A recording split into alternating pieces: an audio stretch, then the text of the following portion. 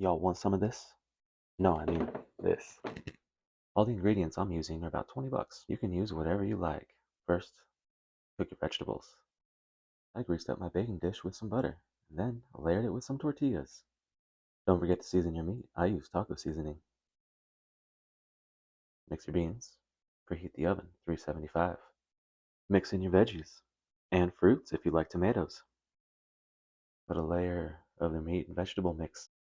I'm using green enchilada sauce. You can use whatever you like. Another layer of tortillas. More meaty filling goodness. Green enchilada sauce.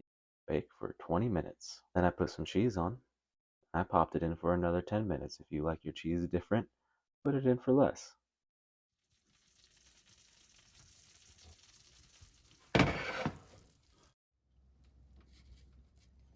I like sour cream and taco sauce.